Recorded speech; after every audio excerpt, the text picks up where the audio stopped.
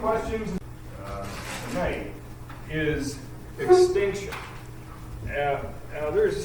This is still an area where there's a fair amount of, well, at least maybe potential argument. It's still not absolutely clear what goes on when a response is extinguished.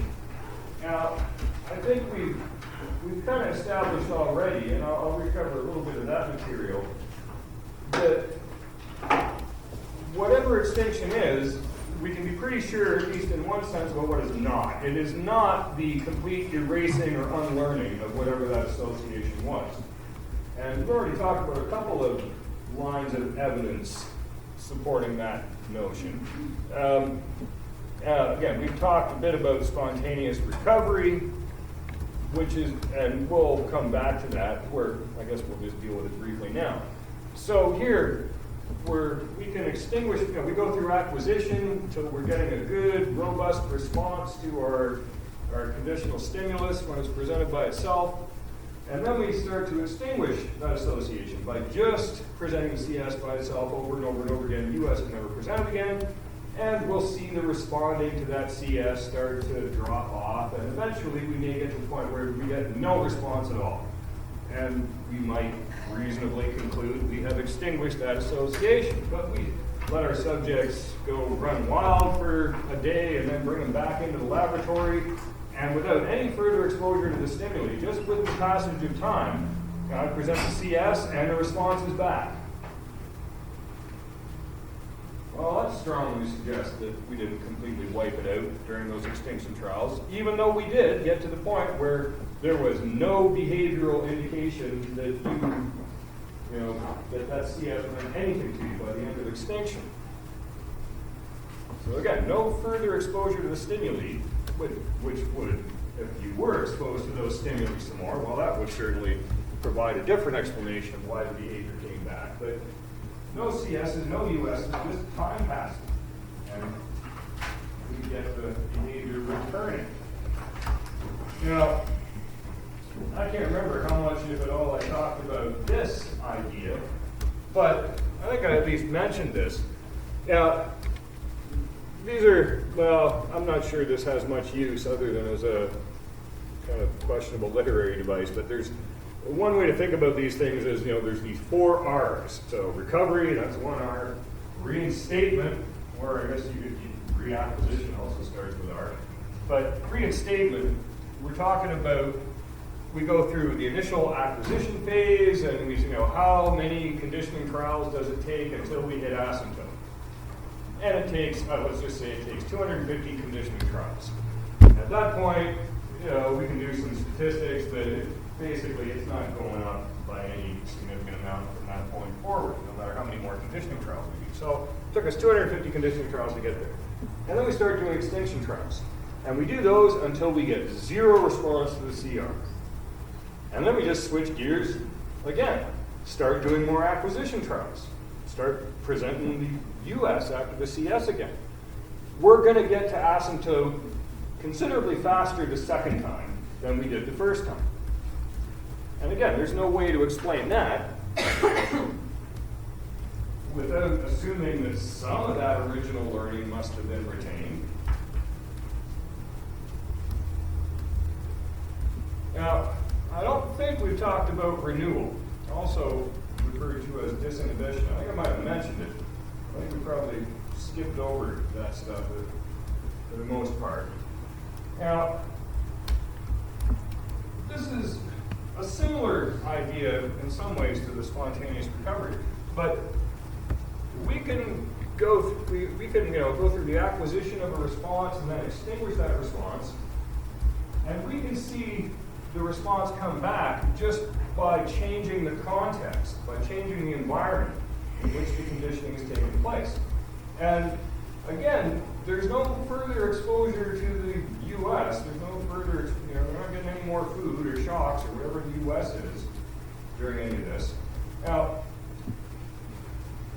just to give you a little, well, maybe this won't help much, but I'm trying to give you a bit of a graphic representation of one of the big studies in this area that I remember reading about and about quite a bit about the King.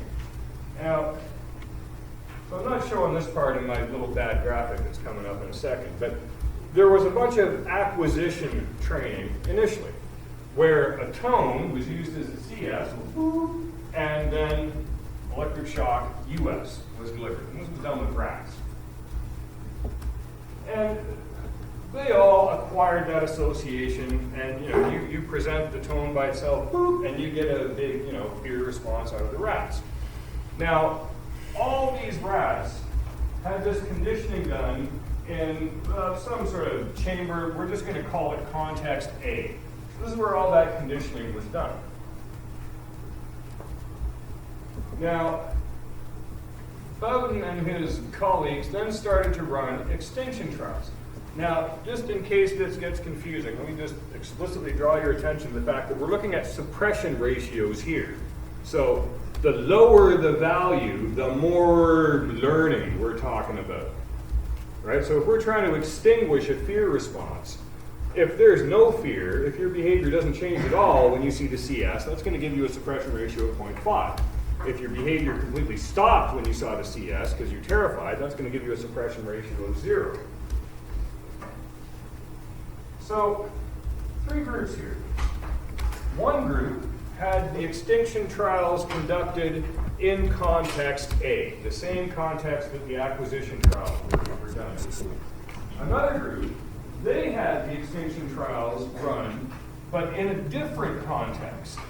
So they had just as many extinction trials, but they took place in a different environment than the acquisition trials had taken place in. And then there's a third group that I'm just going to sort of throw in later, that they didn't do any extinction trials at all, at least not initially. Now,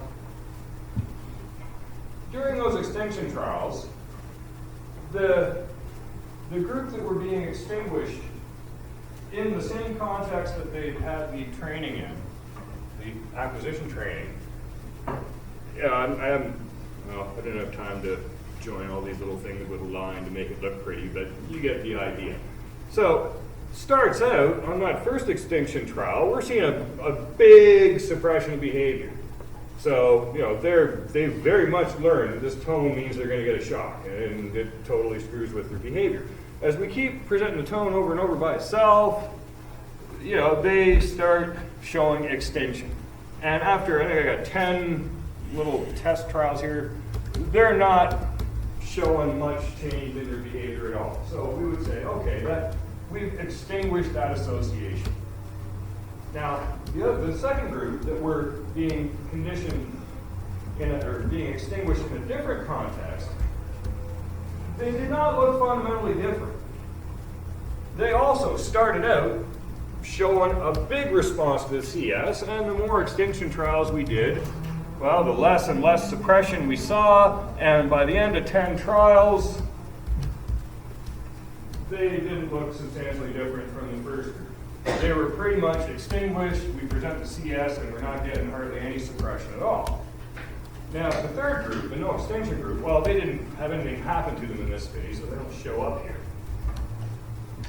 Then, we went back, and they tested all 3 of the groups in context A. Again, the context that the original acquisition training had been done in, and for our green group here, also the context that the extinction trials had taken place in. And, well, the no extinction group. Again, these guys haven't experienced any extinction since that acquisition phase, so when we start showing them the CS by itself in context A, yeah, they're showing us a strong fear response. They're showing us great suppression. And as we do, there's 4 tests shown here, it starts to fade off, it starts to extinguish a little bit. And again, fundamentally, there's no difference between a test trial and an extinction trial. They both involve presenting the CS by itself. So that's kind of what we would expect. I mean, they're just basically starting to extinguish now. The group that had been extinguished in the same context as acquisition, well, they maybe have a little bit of room left to go, but they're basically, that response is extinguished and it stays extinguished. they've been in context A all along, and as we keep testing them, they're showing us, very little, if any, suppression. They're not scared of that CS anymore. But the group that kind of makes the point here is the group that have been extinguished in a different context. We put them back in the original context. Again, this might have been helpful to have little lines connecting things. But for that group, the response comes back. They did acquisition in context A, then they did extinction in context B, a different place, and then we put them back in context A. Now, again, there's a few possible explanations here, I guess, that you can sort of rule out by looking at the data.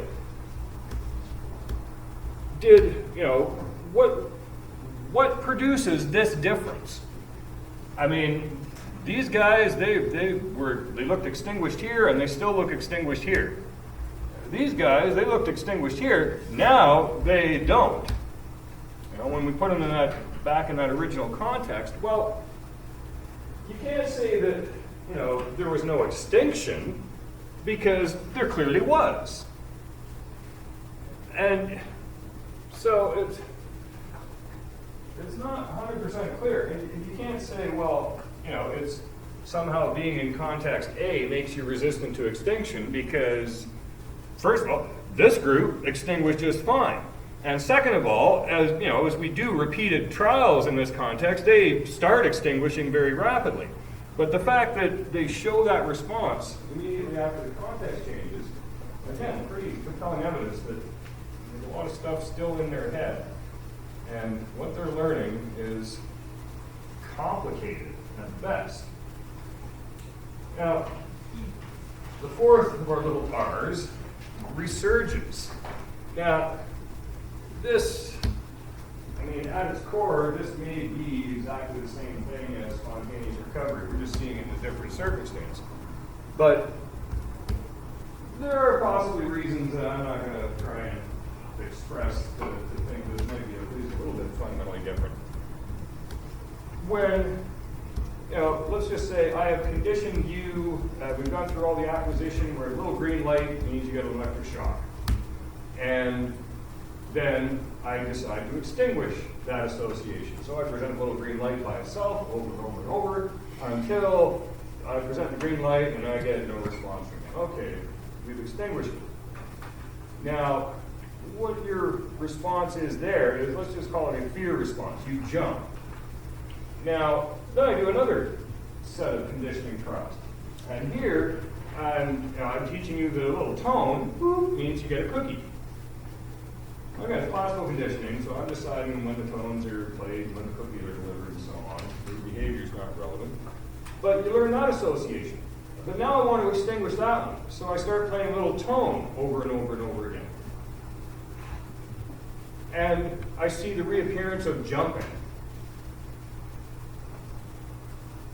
A previously extinguished behavior can reappear when you're trying to extinguish a different behavior. Now that also, maybe, we won't go down this rabbit hole, because it is a rabbit hole, but that does suggest some things about what kind of things our subjects might be learning in this situation. That when one particular response that they expect to produce some result doesn't seem to be working anymore, they start trying other responses that they've learned, even though those things produce very different results in different circumstances. Previous training. Now,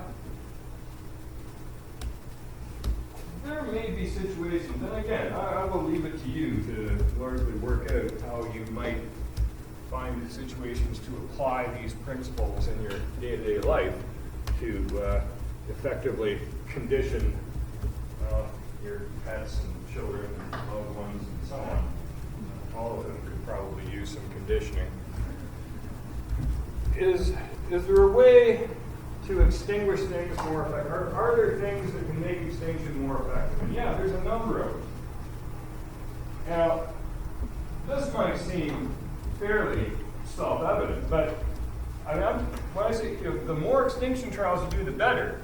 I'm talking about doing extinction trials well on beyond the point where you see the response completely disappear. So, I've conditioned you to associate the little flashing green light with electric shock, and now I want to extinguish that. So maybe it takes, I don't know, 200 presentations of that little flashing green light by itself until you stop jumping when you see it. And at that point, I might be tempted to say, okay, I'm getting zero response to the green light. We've done what we wanted to do. But do like another 500 extinction trials after that. Even though you're not seeing any further change in behavior once it seems to have hit zero. We all know it's not really at zero because there's so many different circumstances in which it can come back.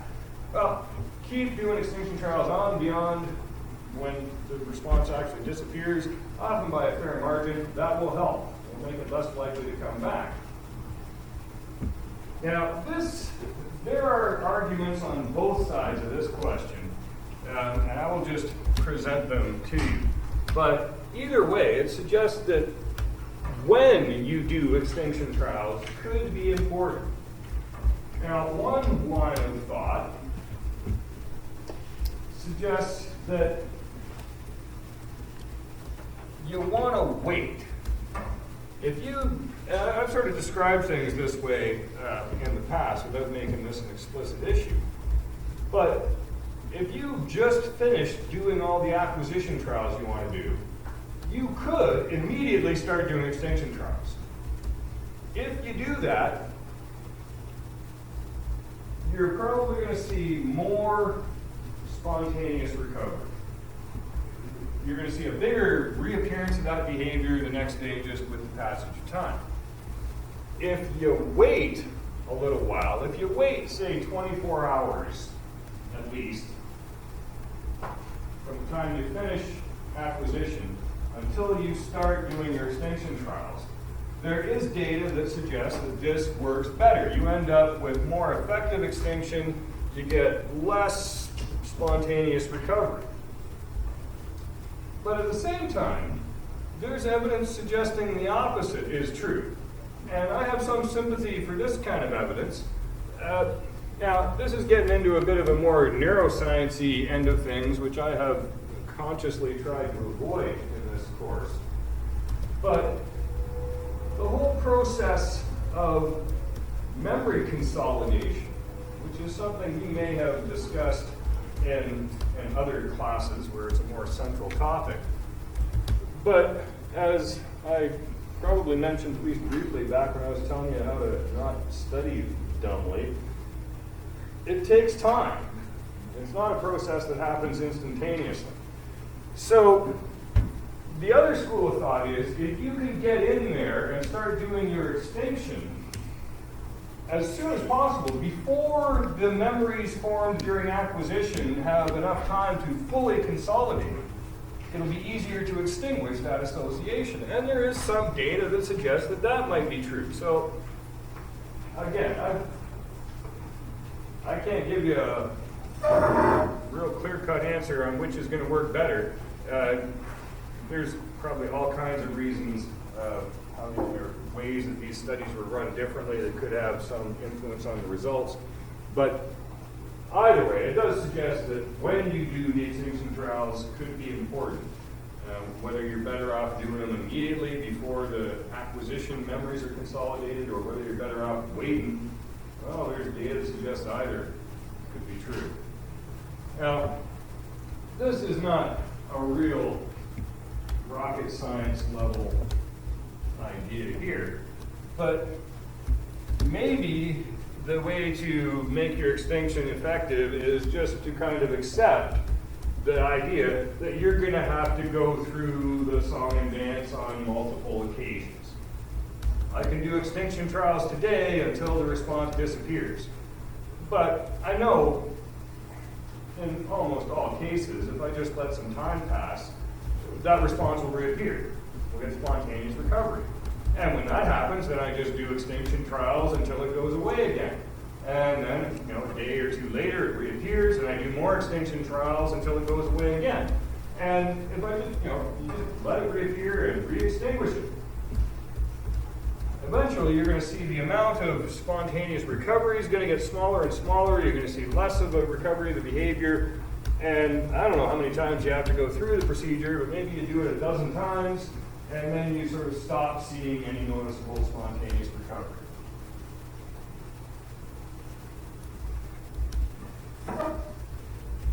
Now this is also kind of an important one. This is the form that you might find some practical use for in conditioning your loved ones. Extinguish things in multiple contexts. Now this, again, we've sort of seen the flip side of this already when I talked about renewal or disinhibition. That sometimes if you just change to a different context, the extinguished behavior comes back.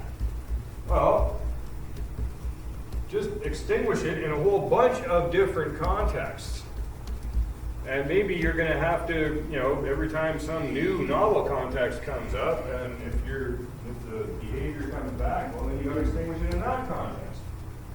So, again, you may have to just do things a whole bunch of times in different contexts in this case. So, this is going to make it less likely that you're going to see. I mean, if you can extinguish them in the context where the acquisition happened, that's going to be effective.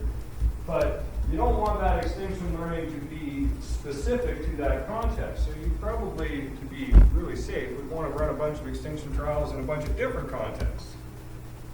So that what your subject is learning is, well, at some level, not just, okay, that association doesn't, it's not relevant in this context anymore. But you want them to learn it's not relevant in any context anymore. So throwing a few other contexts in there will make that more likely to sink in. Yeah? Does this have, you talked about this a little while ago, but does this have to do with the idea that people who take drugs, like in a certain context, but then take them in another context, will experience a higher amount of that, like drug effects, yes, not the same contextual cues? I mean, that is more of a, fundamentally, yes, is the answer to your question. That is very much the same kind of thing, although that's one of the two things I'm leaving to talk about next week in a little more detail is the drug business. The other one, just so you're not staying up with excitement, is I'm going to talk about time and learning about time a little bit. So, in one sense, yes, it's the same. Although we're kind of talking in terms of operant conditioning here, whereas in the drug stuff, we're going to be thinking more in terms of the classical Pavlovian conditioning. But aside from that, yes, same basic idea. Context is a huge factor, as we'll see when we talk about the conditioning analysis of drug use. Now, another way, and if I want to spend a lot more time talking about this than I do, this is probably one of the little avenues to go down a little ways, talking about various sorts of, I guess, for want of a better term, meta-learning going on here.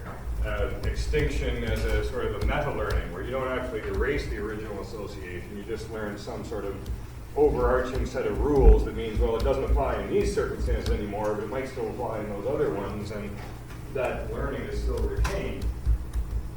But along the same idea, what we call, a reminder. So let's say we've done our acquisition trials where, you're in some little chamber and little green light flashes and you get a shock. We do that until we get a good response. And then to extinguish that association, well, we're just going to basically need to present that green light by itself over and over again, which would work to some extent. But what might work even better is if, when we start the extinction trials, we add a new stimulus to the mix. So now there's like a little white noise generator going off in the background, just making some noise. Now that wasn't there during acquisition, but by adding this can function as kind of like a reminder, in some sense, an extra marker that the situation has changed now. The CS doesn't mean you're going to get the US anymore. And having these explicit sort of signals, these explicit reminders that the situation has changed. Well, I do all my acquisition trials with just the flashing green light and the shock, and then I turn the white noise on in the background and do all the extinction trials where the green light is just presented over and over and over again. And then I divide you into two groups. And both groups come back the next day, and one group comes back and just sits in the room, and I flash the green light at you, and you're going to show probably a fair amount of spontaneous recovery. The other group comes back and sits in the room, and I turn the white noise generator on, and I flash a little green light at you, and you're going to show much less spontaneous recovery. Because there's that additional clue there. Oh yeah, that noise, that means that this doesn't work the way it used to anymore. At some level, something like that seems to be going on in the heads of our subjects. Now, another one, now whether or not you can do this kind of depends to some extent on the circumstances you find yourself in as they're in the real world. But extinction can work a little bit better in a lot of cases if you extinguish multiple associations at the same time. So we've done a whole bunch of acquisition trials where a little flashing green light was paired with electric shock. And you've acquired that association. And done a whole bunch of trials where the little beeping tone is paired with a chocolate chip cookie. And you learned that association really well. But now I want to extinguish both of them. Now, who knows what sort of subjective psychological torment this is going to cause in your little rat brain when you see the flashing green light and hear the beeping tone at the same time. And presumably somewhere in your brain you're going, shock, no, cookie, shock, cookie, shock, I'm good. But you're not getting either of those things anymore. And that, they don't have to be opposite. It doesn't have to be the case that one is a stimulus associated with an aversive event and one's associated with a appetitive event. They could both be aversive, they could both be appetitive. But if you extinguish more than one association at a time, present both the CS's over and over and over again with neither US being presented, it seems to work a little bit better. Now, this is this is a statement of the obvious. It's only there to introduce the next statement. That extinction training does clearly produce changes in behavior. When we do enough extinction trials, our subjects stop responding to the CS. Now, as behaviorists, we probably don't want, if we're going to be real hardcore about our behaviorism, we're kind of crossing a line here. We even start thinking about what might be going on in the heads of our little subjects. But to some extent, I'm a fan of the behaviorist way of thinking, but I can't help from doing this a whole lot. I don't think anybody else can either. You just can't really understand this kind of shit unless you sort of put yourself inside the head of your subject organism at least a little bit from time to time. So it is, I think, a pretty safe assumption that to the extent that your subject is capable of having emotional response, and well, you might think, how rich and variegated is the emotional life of a rat? Probably not that different from yours. Now, again, maybe it doesn't have the same range, but when you talk about the most basic emotion, the one that has the most obvious survival value, that would be fear. And you can see evidence of fear responses going all the way down to those little teeny tiny nematode worms with 350 neurons in their whole little worm bodies. So emotions are not something you necessarily need a big old complex human brain to have. And extinction presumably produces emotional effects. So you're used to, the situation that the association you've learned during acquisition is that when a little red light flashes, you get a chocolate chip cookie. But now I'm extinguishing that. So a little red light flashes, and there's no cookie. Well, you were expecting a cookie, and now you're kind of pissed that you didn't get one. So there's some degree of frustration when something you like that you've been conditioned to expect doesn't show up on an extinction trial. Now, the flip side of that is, I mean, if what you have learned to expect when the little red light flashes is that you're going to get an electric shock, which you don't like, then when you get that little red light flashing and there is no shock, you should feel some degree of relief. Whew! The nasty shit didn't happen. We dodged the bullet there somehow.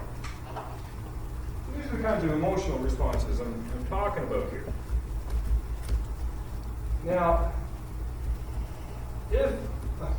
I'm not sure why you would, if I haven't talked you out of it by this point, but if you were looking to pursue a research career in this area, this is probably one of the least trampled on areas that you come up with, is this stuff. Now, pretty much everything I'm going to tell you from this point on is based on work of this sort, where conditioning was done with some sort of appetitive stimulus that the subjects liked, and then when that extinction trial started, presumably they were experiencing a little bit of frustration when the good thing they were used to getting didn't show up anymore. There has been relatively little work done on the flip side of that coin, because it does get a little bit trickier to do, about the subjects experiencing a positive emotional state rather than a negative one when a bad thing they were expecting doesn't happen. But presumably both of those things are going to be going on at some level in the brains of our subjects. And this is where a lot of the research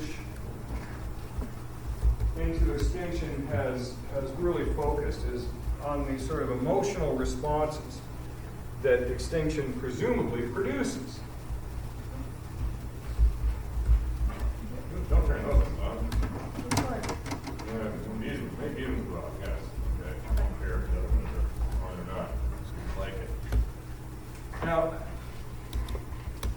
there are, well, I've got paradoxical in little scare quotes here because eventually I hope to convince you that they're not very paradoxical at all if you take these emotional response ideas into account. But when these things were first identified, they did seem kind of paradoxical. And, well, a couple of them, well, let me get into a third one in a couple minutes here. It's a little bit of a different scenario. But what we call the overtraining extinction effect. And despite what might seem like the way it should go, the more conditioning we do during acquisition. So, if we get all our subjects up to asymptote at some point, so that's not what's making these subjects different. But one group, we get them up to asymptote, maybe that takes 300 conditioning trials, and then we just stop acquisition there.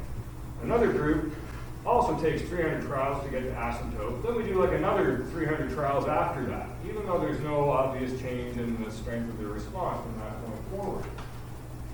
The group that got more training, more acquisition trials, will extinguish faster, which seems paradoxical in the sense that, well, wouldn't they have a stronger association having had more training? Why does it go away faster than it goes away in subjects with less training? Well, we'll come back to that question, but the reality is it generally does. Now, the second one we call the magnitude extinction effect. It is sort of paradoxical in the same sense. If we treated two groups of subjects exactly the same way in some sort of operant conditioning situation, except one group got a much bigger, better, more reinforcement for making the response than the other group did, you might think, well, the group that had the greater level of reinforcement, it's going to be harder to extinguish in that group. Well, what we're going to see is the opposite of that. You train the subject, if they're treated identically in all other ways, the group that had the bigger reinforcer will extinguish faster.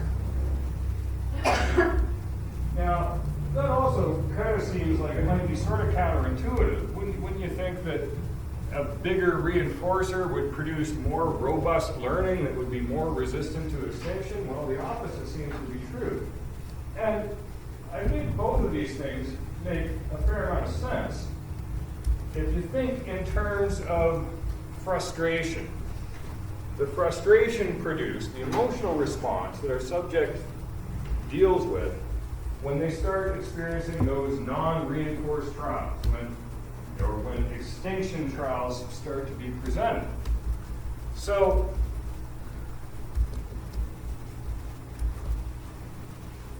again, I haven't made this explicit in the notes. I'm hoping you got the basic idea. You can sort of wrap your head around this. That if, I give this half of the class, 1 cookie for pushing the button, and this half of the class gets 4 cookies for pushing the button. So, same basic reinforcer, same task you're being asked to do, same button, but they're getting a much bigger reinforcement for doing this task than you are. And then all of a sudden, no more cookies for either group. Pushing the button doesn't have any effect. They will extinguish faster. And you think, which group is more frustrated when extinction starts? The group that didn't get the 1 cookie they were expecting, or the group that didn't get the 4 cookies they were expecting? Well, the group that didn't get the 4 cookies is more frustrated. And if that's what's at the core of extinction, well, they're going to extinguish faster. Same thing with the overtraining effect. You've had twice as many trials as these people have, teaching you that the little green light means you get shot. Well, let's say a little green light means a cookie. We'll keep it in the appetitive zone. You've had a whole lot more training that green light means cookie. So when green light stops meaning cookie, you're more likely to be more frustrated than people who have a less firmly established association with that sort. Now, I'll leave it to you to work out how to apply those ideas in your everyday life. But I'm going to tell you, I'm going to give you a specific example. This is not the only example, but this is one that I have some experience with, and I have certainly seen playing out in various scenarios over the course of my life. What's called the partial reinforcement extinction effect. Now, for the most part, so far, kind of by default, I've talked about situations where we're dealing with continuous reinforcement. Now, we did talk a bit about other schedules that we could use from time to time, but if I have you in an operant chamber and you can push a lever to get pellets of food, and every time you push the lever you get a pellet of food, well, that's continuous reinforcement. Now, we don't have to run things that way. Now, you can make the connection, I guess, here, that there's lots of those other simple schedules that at some level or other turn things into partial reinforcement. If you've got to press that lever 10 times to get a piece of food, well, each of those lever presses individually is not being reinforced, but they're kind of being reinforced as a group of 10.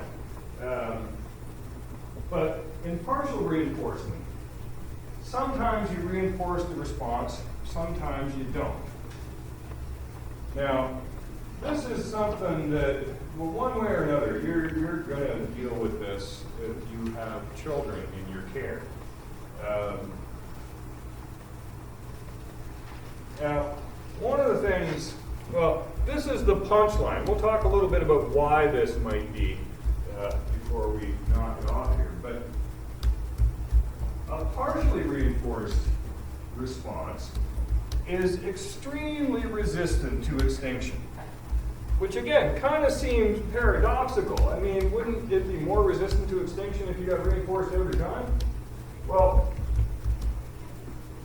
here's the scenario. This is where I have seen this happen. And now, again, when I'm giving you advice on how to raise your children, there's probably a Volkswagen-sized grain of salt that you should be accompanying this advice with.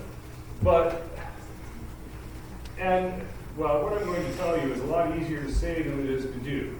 But here's the scenario. You've got a child, your child is, they're into the sort of full-on psychopath zone of childhood. They're like 2.5, 3 years old. Little maniacs with no concept of anything other than themselves. Now, you take this child with you to the grocery store. Sometimes you're going to have to do this from time to time. I mean, it's inevitable if you have children that are in your care and you intend to not starve them to death. You have to go buy food once in a while. And sometimes you're going to have to drag a kid along with you. And you may come to hate that experience and go as far out of your way to avoid it as you can, for which I have a great amount of sympathy. But supermarkets are not stupid. Now, this isn't the only reason they do this. They don't do this just because your child is a little psychopath. They also do this because you're kind of dumb. But when you go to the checkout, there's always the racks at the checkout with like the stupid shit, the impulse stuff, right? And this is always the part of the grocery store. I mean, even if you've got a little kid, 3 years old, you're walking past the Captain Crunch, and you just drag them along, and like, in 30 seconds, you're down the end of the aisle, and they can't see the Captain Crunch anymore, and they're whining about some other shit instead. But you gotta stop and wait a lot of time to check it. So you're standing there, and your little psychopath is looking at all the, Mars bars and lighters and all the kind of shit they would love to get their hands on. And they start asking, oh, I want this, I want this, I want this. Now, I'm not going to tell you how to raise your kids. Well, I am, but you don't have to listen. Now, whether you want to give your kid whatever they want at the grocery store checkout, that's up to you. But I'm going to assume that you probably, as a rule, don't want to give the kid whatever they're asking for. Like, the kid wants, 3 Mars bars and a National Enquirer. And it's like, you don't need any of those things, and I'm not buying you any of those things. So, you take the kid to the grocery store the first time, and I want this, I want this, I want this, and you're not getting it. And a week or two later, you take the kid back to the grocery store, and I want this, I want this, I want this, I want this, and no, you're not getting it. You don't buy it for them. And this is your regular routine. And all right, more power to you. You don't want your kid getting all this stupid shit. That's fair enough. But then there's, a couple of years down the road, you're having a shitty day, you're tired, your boss was 3/4 of the way up your ass all day long, and it's just not, and you got to get some food, and you're dragging your kid through the grocery store, and the kid starts going, oh, and you're just like, I just can't deal today. All right, here, shut the fuck up, you fucking bar. And so you give them what they want. You just made a huge mistake. Because you have now, basically, you have reinforced your child on a partial reinforcement basis.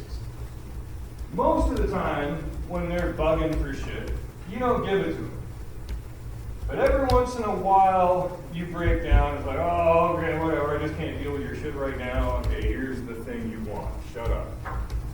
Well, by doing that, you are digging your own grave. And not in any kind of, churchy, moralistic, repress your children kind of way, but you're just going to make life miserable for yourself. Now, if you can hold your guns and just never give your kid the shit they're bugging for, well, that is probably the best possible thing to do, but it's also going to require pretty great strength of character on your part, which you may not be able to muster at various points in time. Otherwise, you would be better off. I mean, if you want, at some point, let's see, your little psychopath is now 6 years old, capable of seriously hurting someone. Well, you now want to extinguish this behavior. It's like, no, I've had enough of this shit. I've had enough of you having little screamy, crying tantrums in the grocery store. Grow the hell up. You're not getting this stupid shit. you want to buy stupid shit, go get a job and buy your own stupid shit at 6 years old. Again, don't take your child raising advice from me too seriously. But you want to stop this. You are going to have a hell of a time extinguishing that partially reinforced response. It would be easier to extinguish that kid's response if you had given in every single time. Every single time they started whining for something in the grocery store, you said, okay, here it is.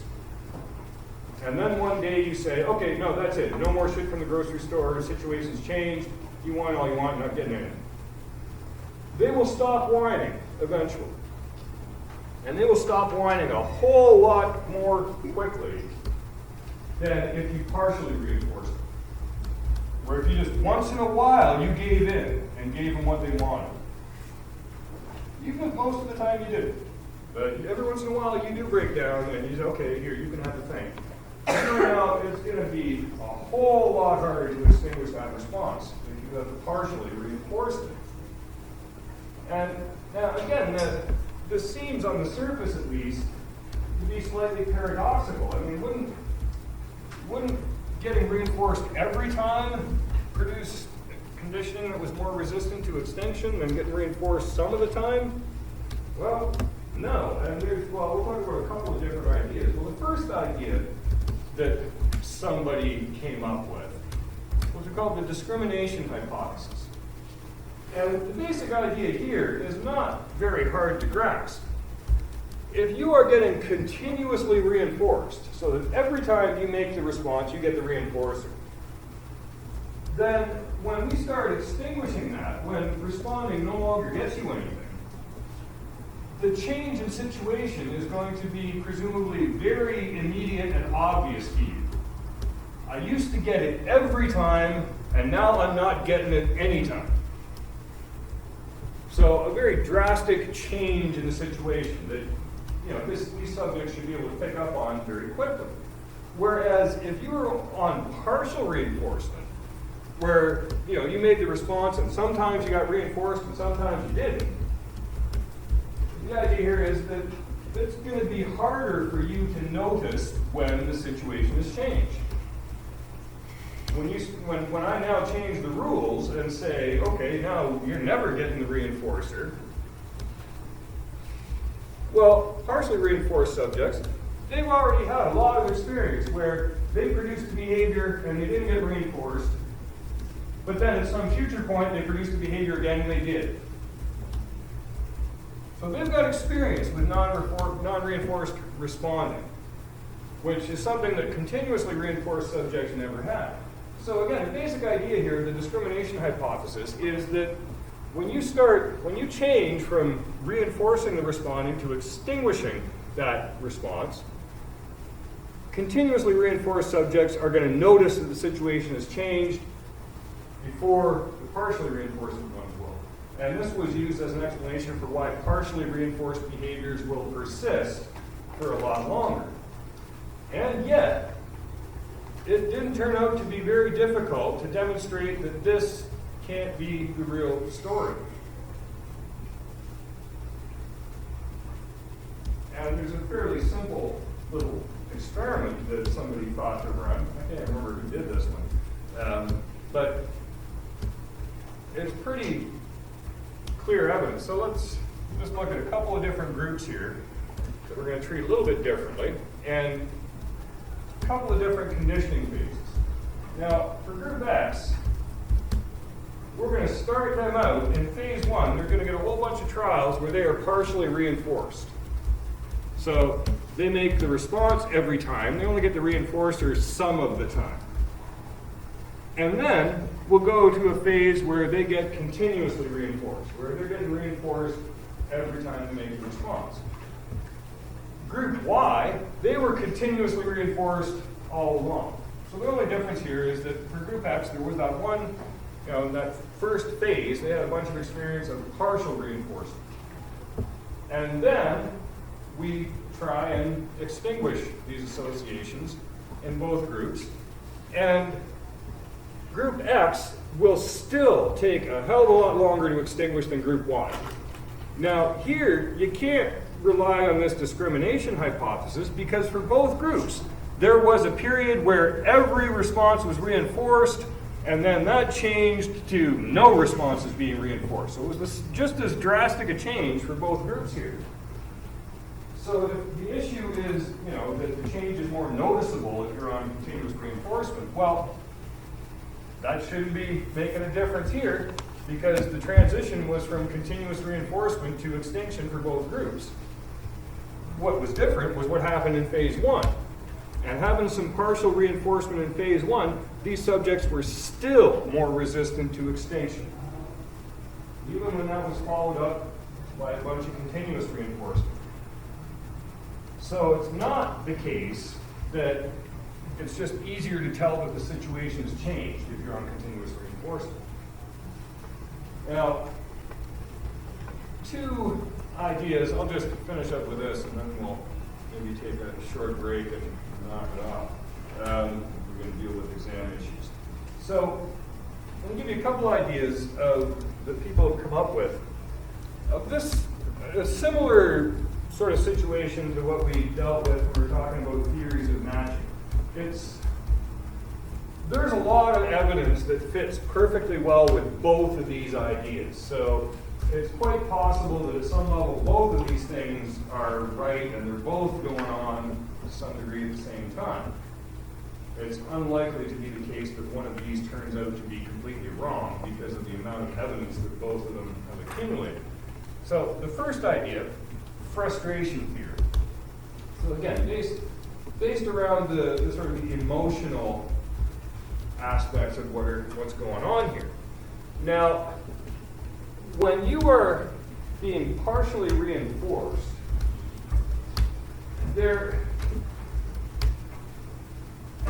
whether or not you're going to get the thing, you're going to get the reinforcer when you make the response, becomes a little bit unpredictable. Sometimes you do, sometimes you don't. So, there are going to be lots of situations where you're going to make the response and not get the reinforcer. And yet, later on, and even in the same session, later, you make the response and you do get the reinforcer. So, what this theory says that our subjects are learning to do is, now, they've learned to respond even when they don't think they're going to get a reinforcer. Now, normally, that kind of, if you thought, okay, I'll push this button, even though I know nothing's going to happen, that would act to discourage your responding in general. Except because this is an unpredictable situation, you don't know for sure whether you're going to get reinforced or not. We're not alternating things, we're going to mix it up and make it a little bit random. There are going to be a number of trials where you make the response when you think it's not going to be reinforced. And then it is reinforced.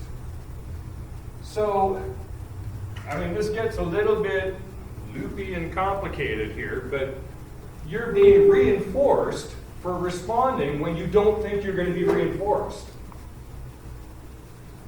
So that increases the probability of responding when you don't think you're going to be reinforced.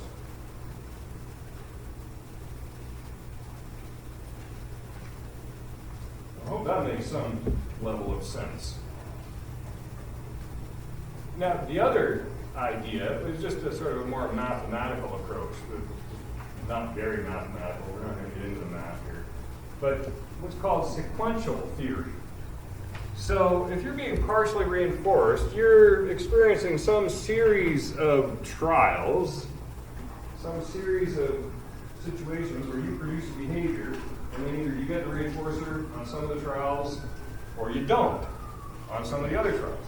So at any given session, there's some sequence of trials that you have gone through. So my little example here, you got reinforced, not reinforced, reinforced, reinforced, not reinforced, not reinforced, reinforced, not reinforced. So there's a series of 8 trials.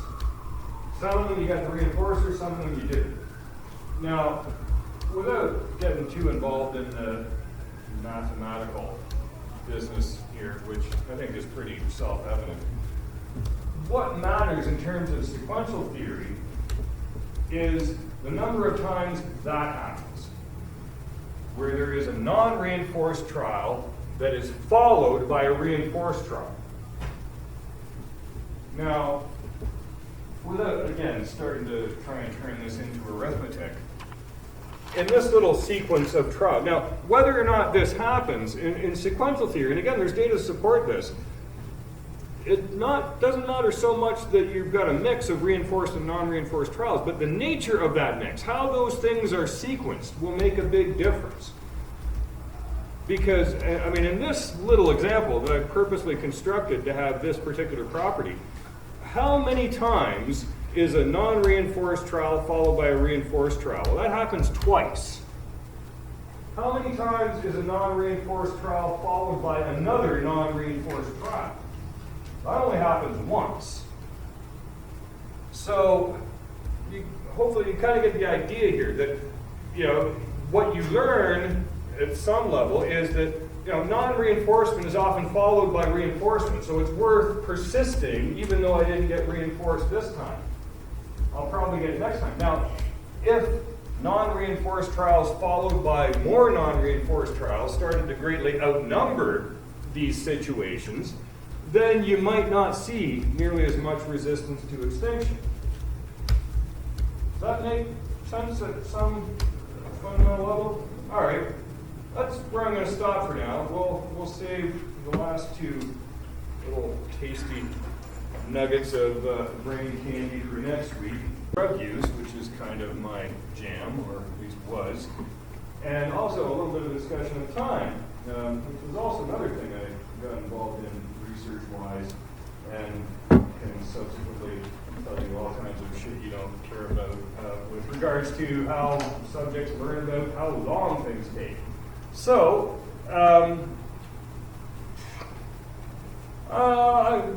we might need to have a pee here. So I'm going to say we can take a 10-minute break from which you are more than free to never return.